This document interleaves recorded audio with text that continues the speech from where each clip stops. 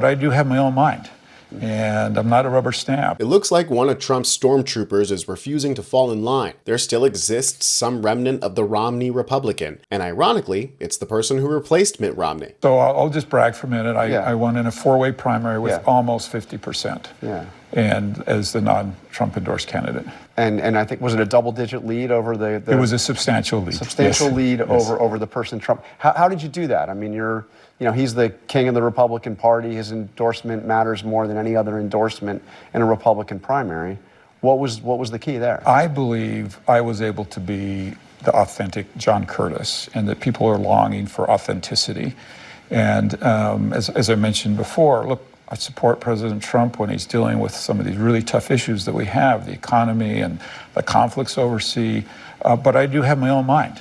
And I'm not a rubber stamp. My stamp is the stamp of the state of Utah, and I represent those people. And I think people responded to that in the election. And they're dying for authenticity, and just tell us who you really are and then be that person. And I think that's why we did so well. You do hear some of your colleagues, your future colleagues in the Senate, that say, he won, he's got a mandate, he deserves everybody that he's chosen. So in other words, rubber stamp. Yeah, I heard that from my son, by the way, at Thanksgiving. Yeah, he said that? He did. He said, Dad, I'm a self-described, I took the red pill. So he kind of set that up. And my response to him was a couple of things. One, in kind of a joking way, I said, I did get more votes than him in Utah. Does that give me a mandate? But let me come back to this concept that I think me speaking my mind and me being upfront makes the president a better president.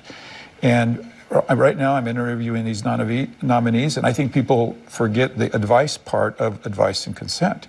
I can't advise the president if I haven't thoroughly talked to these people, if I haven't investigated everything about them, if I haven't learned their strengths and their weaknesses.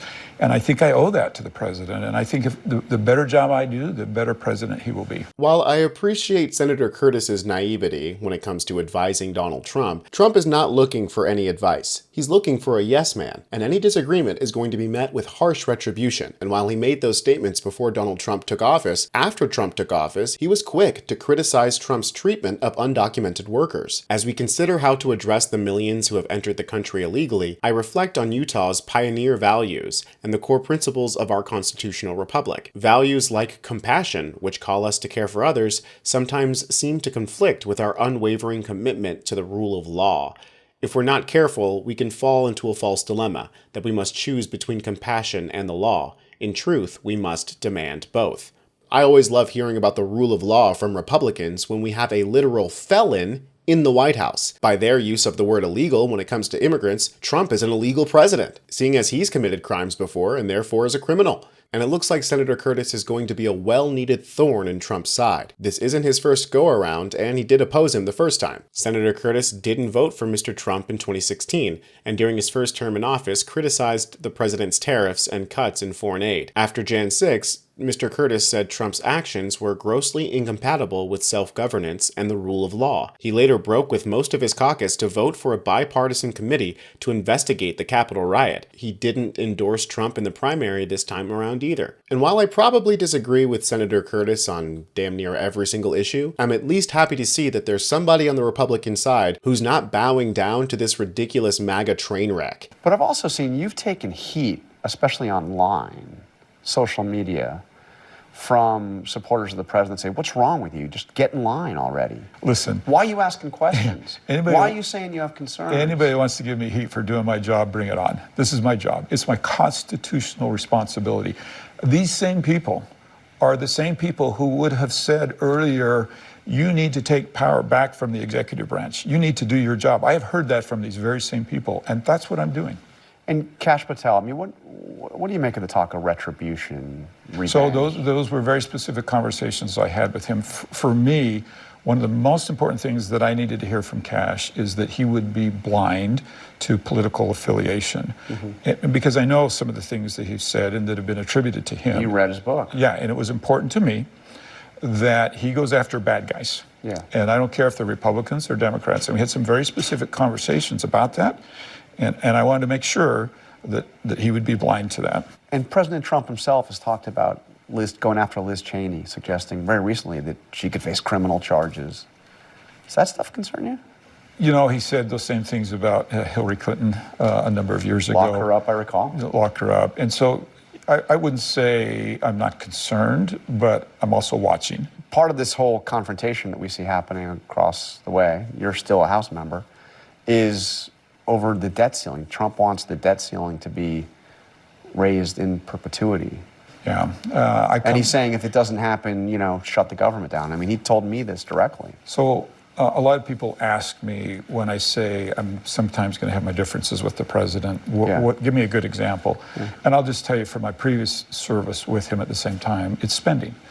Utah is one of the most thrifty places on the planet. So you wouldn't favor this idea of doing away with the debt ceiling and no, and not only that, we have to do far more to rein in our spending. And that is a big deal in Utah. That's what my constituents expect me to do. And I would say one of the biggest reasons they sent me here. And you don't think Trump is particularly serious about reining in spending? We'll see. I mean, this whole Elon Musk and Vivek thing, let's see. Let's see if he actually finds cuts. Listen, I was the mayor of my city and I had to have a balanced budget and I made cuts and we did it successfully. We actually improved morale by making cuts, and there are good ways and bad ways to make these cuts. And when you talk to President Trump, because you will, yes, what are you going to tell him? I want him to be wildly successful. I'm going to be winning his back on things like inflation. I want him to bring peace around the world. I want to deal with the border situation, and I'm really there for him. I want to be helpful. And Mr. President, from time to time, I'm going to disagree with you, and it will be respectful.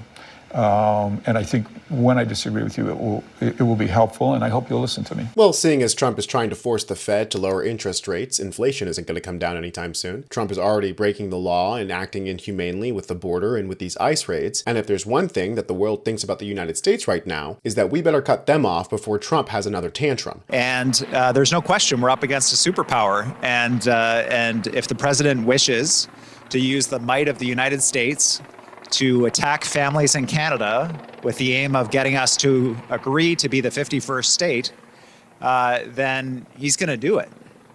And what I can tell him is, and what I can tell Americans is, that will only hurt Americans, and that will also hurt Canadians. It makes absolutely no sense. These are unjustified tariffs, and it may be that the only way for that message to be delivered is for Americans to actually feel the pain and the consequences of this visited on them by Canadian retaliation against these tariffs. And they're going to see impacts even if we did nothing. They'll see higher prices. But I believe that we can step up that pain, that we can target it to specific Republican districts where there is support for this agenda, and get the attention of folks. Canada has already announced that they're divesting from the United States. Mexico's doing the same, as well as Colombia, now that Trump had a random trade war with them. Turns out fighting with your friends and allies because you want to be a big bully leads to them not trusting our trade agreements so much. So it looks like Senator John Curtis is going to have a lot of disagreeing conversations with Trump. We'll see how long he lasts on the chopping block. I'm Tony Hinderman with Really American, and I'll catch you next time.